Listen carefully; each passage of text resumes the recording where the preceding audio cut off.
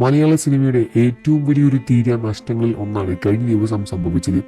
ശ്രീനിവാസന്റെ വിയോഗം മലയാള സിനിമാ ലോകത്തെ മുഴുവൻ ഞെട്ടിച്ചിരിക്കുകയാണ്.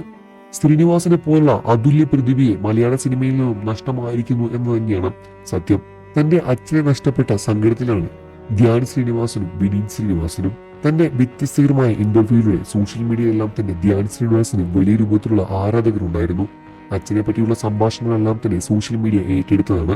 വിനീത് ശ്രീനിവാസനും തമ്മിലുള്ള ബന്ധത്തെപ്പറ്റിയും സോഷ്യൽ മീഡിയയിലും മലയാളികൾക്കും എല്ലാം വളരെ വ്യക്തമായി തന്നെ അറിയാം. അതുപോലെ തന്നെ ഉറ്റ സുഹൃത്തിനെ നഷ്ടമായ സങ്കടത്തിലാണ് സത്യൻ അന്തിക്കാട്.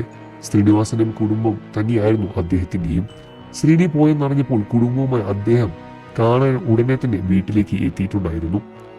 ടൗൺ ഹാളിൽ പൊതുദർശന സമയത്തും വിമല ടീച്ചറിനൊപ്പം നിൽക്കുന്നുണ്ടായിരുന്നു. കുടുംബാംഗങ്ങളെക്കാൾ കൂടുതൽ കാലം ഒന്നിച്ച് താമസിച്ചവരാണ് ഞങ്ങൾ.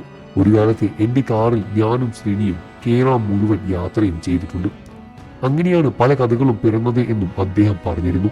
ഇന്നസെന്റ്, KPC ലളിത, മാമുക്കോയ, സുകുമാരി ഈ ലിസ്റ്റിലേക്ക് ഒടുവിൽ ശ്രീനിയും എത്തിച്ചേർന്നു. അത്രമേൽ സത്യൻ അന്തിക്കാട് ചേർന്നു വെച്ചവരെല്ലാം തന്നെ ഇവരെല്ലാവരും.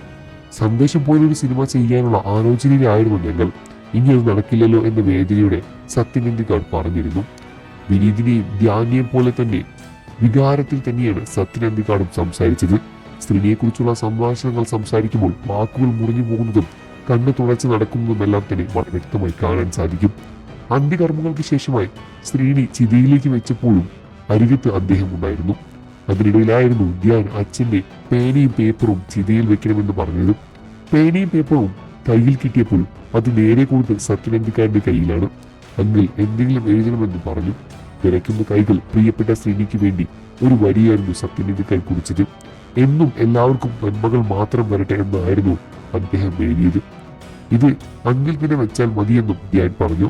പെട്ടെന്നാണ് ധ്യാൻ എന്നോട് ഇങ്ങനെയൊരു കാര്യത്തെ പറ്റി പറഞ്ഞത്. ആകെ തകർന്ന അവസ്ഥയിലായിരുന്നു ഞാൻ. ആ സമയത്ത് എന്തെഴുതണം എന്നെനിക്കറിയില്ലായിരുന്നു. നമുക്ക് വേണ്ടിയാണ്, കഥാപാത്രങ്ങൾ വേണ്ടിയും സംഭാഷണങ്ങൾ എന്നും എന്നെ ശ്രീനി പഠിപ്പിച്ചത് എന്നും അദ്ദേഹം പറഞ്ഞു. ഇവിടെ ശ്രീനിയാണല്ലോ യാത്ര പോകുന്നത്. ശ്രീനിയാണ് കഥാപാത്രം. ആ നിമിഷത്തിൽ എല്ലാവർക്കും നന്മ നേരുകയല്ലാതെ വേറെന്താണ് പറയേണ്ടത്? ശ്രീനി ഇങ്ങനെ തന്നെയായിരിക്കും പറയുക എന്ന കാര്യത്തിൽ എനിക്ക് ഉറപ്പുണ്ട്.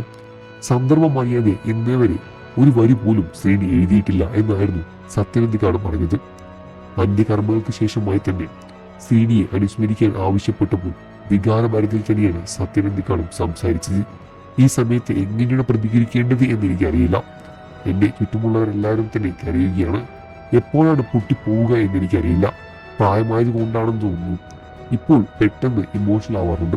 2 ആഴ്ച കൂടുമ്പോൾ എവിടെ വന്ന് ശ്രീനിയെ കാണും. വൈകുന്നേരം വരെ ഒന്നിച്ചിരുന്ന് കഥകളും തമാശകളും പറയാൻ ഞാൻ ഇരിക്കാറുണ്ട്. എത്താൻ വൈകിയാൽ ശ്രീനി എന്നോട് ചൂടാവുകയും ചെയ്യാറുണ്ട്. ശ്രീനിവാസന്റെ വിയോഗം കുടുംബത്തെ മാത്രമല്ല സുഹൃത്തുക്കളെയും ഒരുപാട് ബാധിച്ചിട്ടുണ്ട്. ശ്രീനിവാസന്റെ മക്കൾ ധ്യാൻ ശ്രീനിവാസനും വിനീത് ശ്രീനിവാസനും എല്ലാം തന്നെ വികാരത്തിൽ നിൽക്കുന്ന ഓരോ രംഗങ്ങളും സോഷ്യൽ മീഡിയ വഴി നമ്മൾ കാണാറുള്ളതാണ്. ശ്രീനിവാസന്റെ ആത്മാവിന് ശാന്തി ലഭിക്കാൻ വേണ്ടി പ്രാർത്ഥിക്കുകയാണ്. വാർത്തകളും വിശേഷവും എത്രയും പെട്ടെന്ന് അറിയാൻ നമ്മുടെ വീഡിയോ ലൈക്ക് ചെയ്ത് ചാനൽ സബ്സ്ക്രൈബ് ചെയ്ത് സപ്പോർട്ട് ചെയ്യണേ ഫ്രണ്ട്സ്.